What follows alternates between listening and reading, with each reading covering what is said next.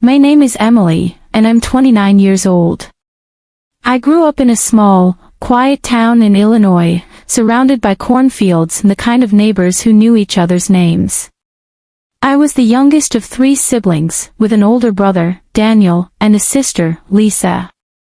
My dad worked at the local post office, and my mom ran a small bakery from our kitchen. Life was simple, and I never expected it to be anything but ordinary. Now, here I am, living in Chicago, working as a marketing executive for a big tech firm. From the outside, it looks like I've got it all together, a great job, a cozy apartment, and a boyfriend, Adam, who everyone adores. But let me tell you a story about love, trust, and the lies we tell ourselves to keep from breaking. It all started last spring, on a breezy April evening. Adam and I were planning a quiet dinner at home to celebrate our 3-year anniversary. I had spent the entire afternoon decorating the apartment, lighting candles, and making his favorite pasta dish. Everything was perfect, until it wasn't. Adam came home late, which wasn't unusual because of his demanding job as an investment banker. But this time, something was different. He seemed distracted, distant even, as if his mind was somewhere else. "Is everything okay?" I asked, trying to keep my voice steady. He smiled, but it didn't reach his eyes. "Yeah, just tired from work." I wanted to believe him, but my gut told me otherwise. I brushed it off, convincing myself I was overthinking. After all, we were happy, or so I thought. Over the next few weeks, Adam's behavior grew more erratic. He started coming home later and later, making vague excuses about meetings and deadlines. He spent more time on his phone, always careful to keep the screen out of my sight. One night, I decided to confront him. "Adam, is there something you're not telling me?" He looked up from his plate, startled. "What are you talking about?" "I don't know. You've been acting so distant lately. If there's something wrong, just tell me." He sighed, running a hand through his hair. "Emily, you're imagining things. Work has been stressful, that's all." I wanted to believe him, but the nagging feeling in my chest wouldn't go away.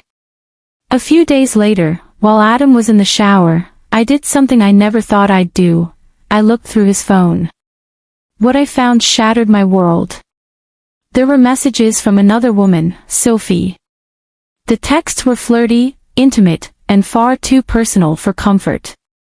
I felt my knees give out as I sank to the floor, clutching the phone in disbelief. How could he do this to me? To us?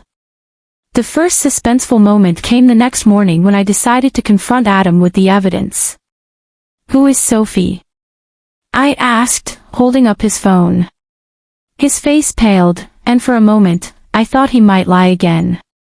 But then he said, "She's a colleague." "It's not what you think." "Not what I think." "Adam, these messages aren't about work."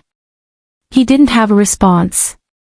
Instead, he looked at me with a mixture of guilt and frustration. "Emily, it's complicated." Complicated. That word echoed in my mind like a cruel joke. I demanded answers, but all he gave me were half-truths and excuses. The second suspenseful moment came a week later when I decided to meet Sophie. I needed to hear her side of the story, to understand why she had come into my life uninvited.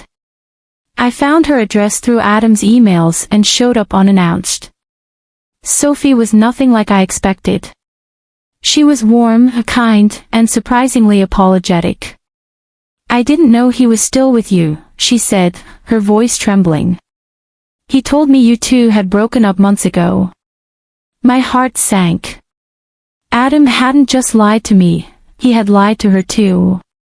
The days that followed were some of the darkest of my life.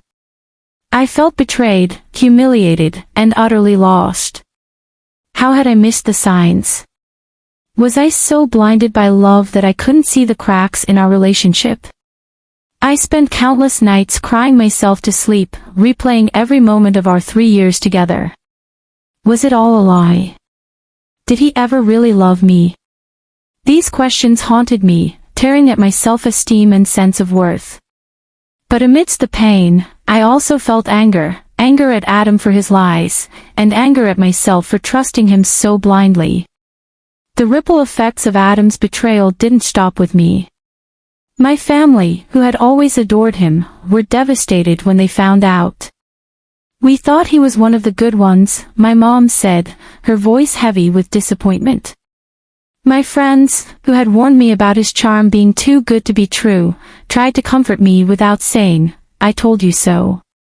But their pity only made me feel worse. Even Sophie wasn't spared.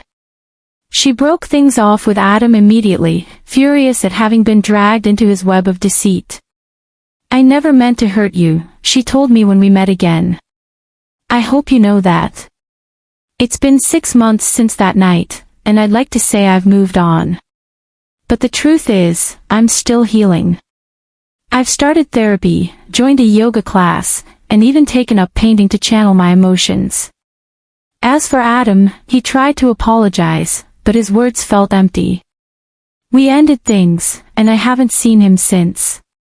Sometimes, I wonder if I'll ever truly trust someone again.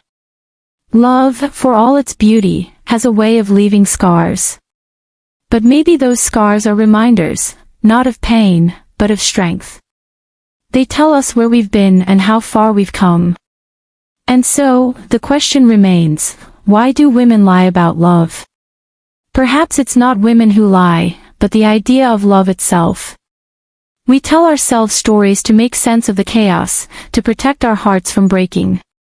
But in the end, the truth always finds its way to the surface, no matter how deeply we bury it. If you enjoyed this story, don't forget to like, subscribe, and share this video with your friends.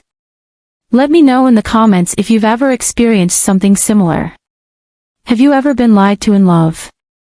Or perhaps, have you told a lie to protect yourself or someone else? Let's start a conversation and learn from each other's experiences. Thank you for watching, and I'll see you in the next story. Take care.